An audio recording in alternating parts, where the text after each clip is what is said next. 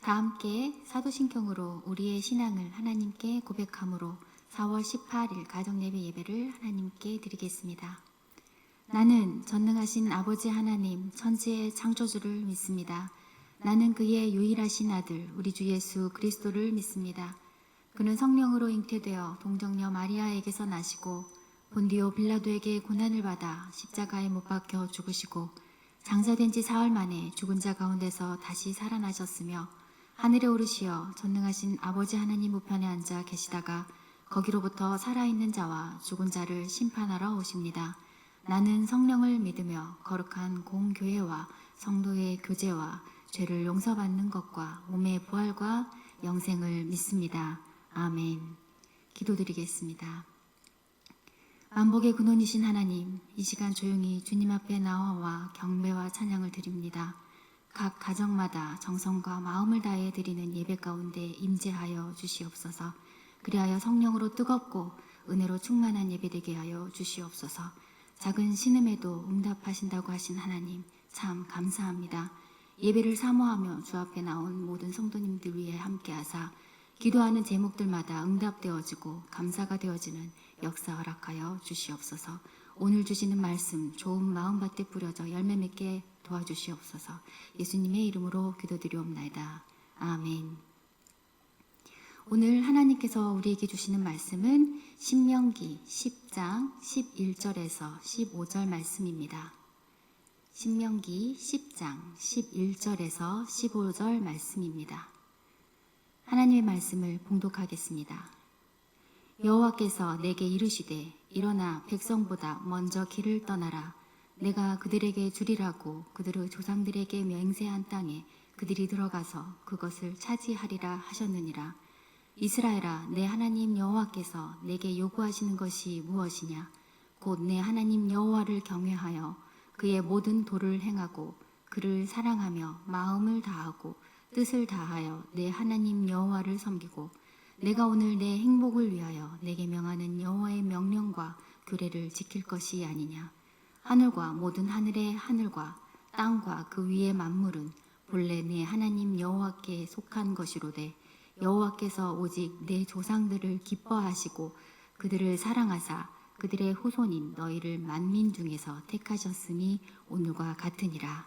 이는 살아계신 하나님의 말씀입니다. 아멘.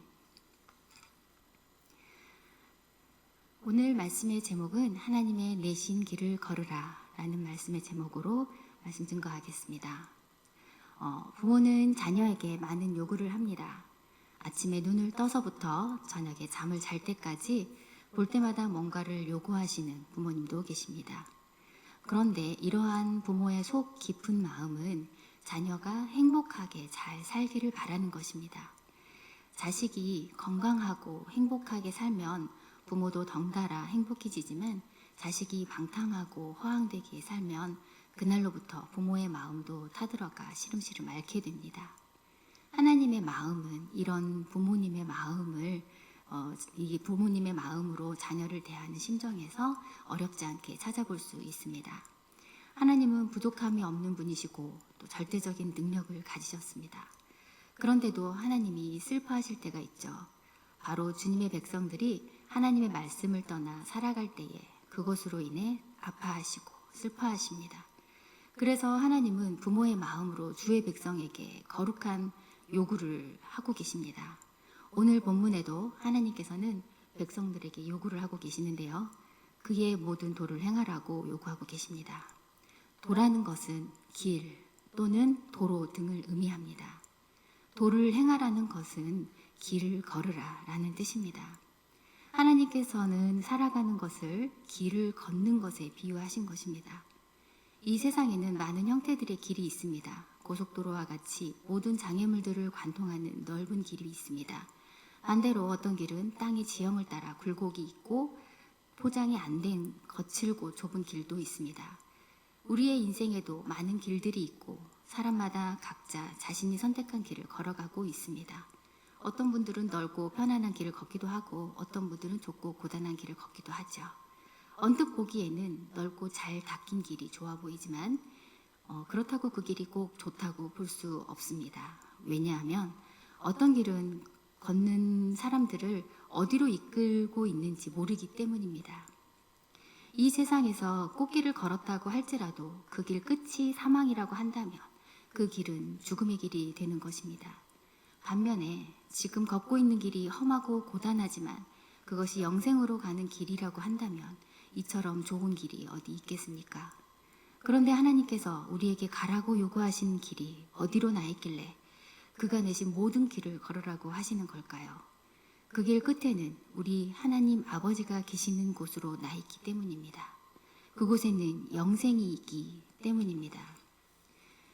하나님께서는 이스라엘 백성들을 줄곧 주님의 길로 인도하셨습니다. 평생 애굽에서 종로를 타던 사람들이 어떻게 스스로 가나안까지 올 수 있었겠습니까? 하나님께서 내신 길들을 따라와서 가능했던 것입니다.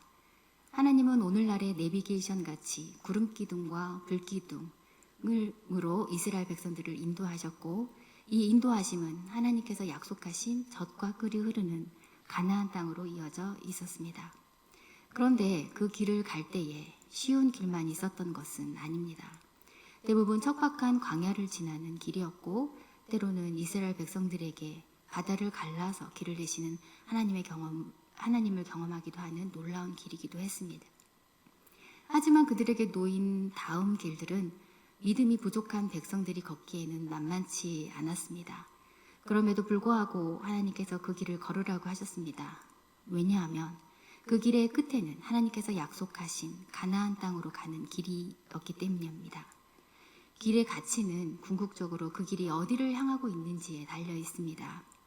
하나님께서 우리로 하여금 걸으라고 하시는 길은 그 과정이 꼭 좋고 편해서가 아닙니다.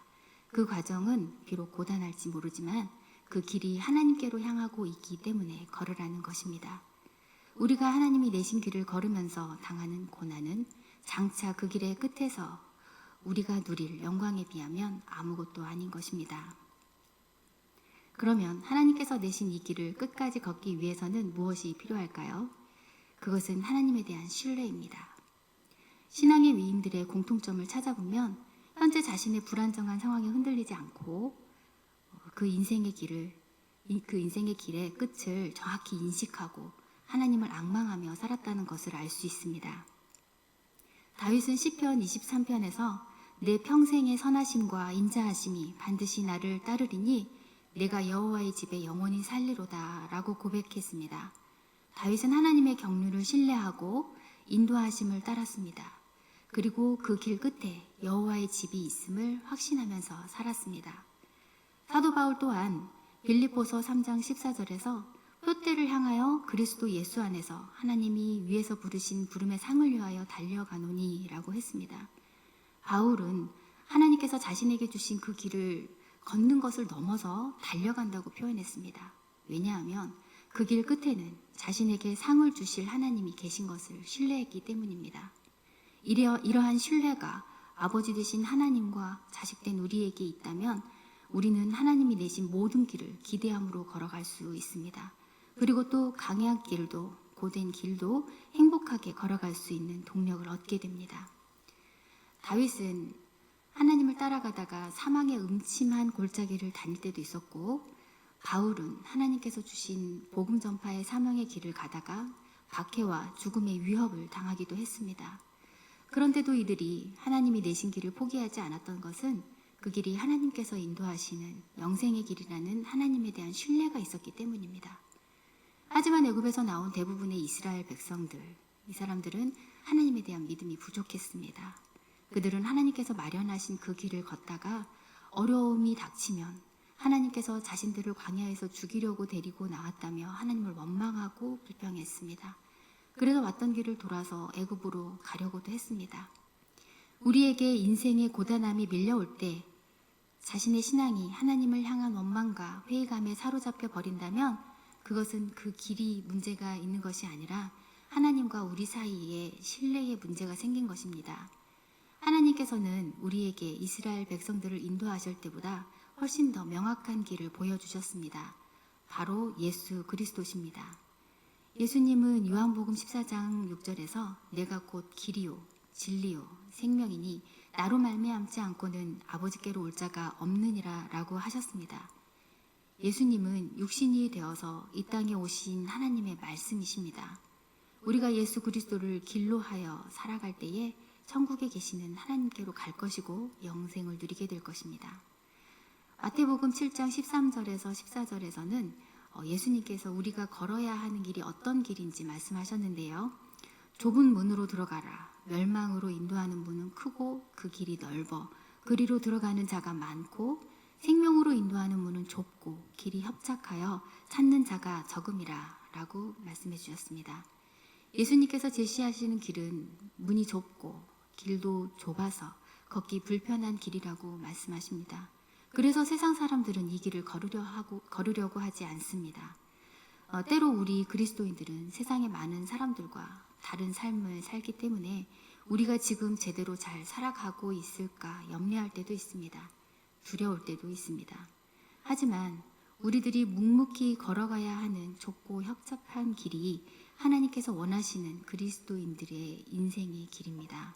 혹시 지금 자신이 세상 사람들과 같은 길을 함께 걷고 있다면 그것이 더 큰 문제인 것입니다.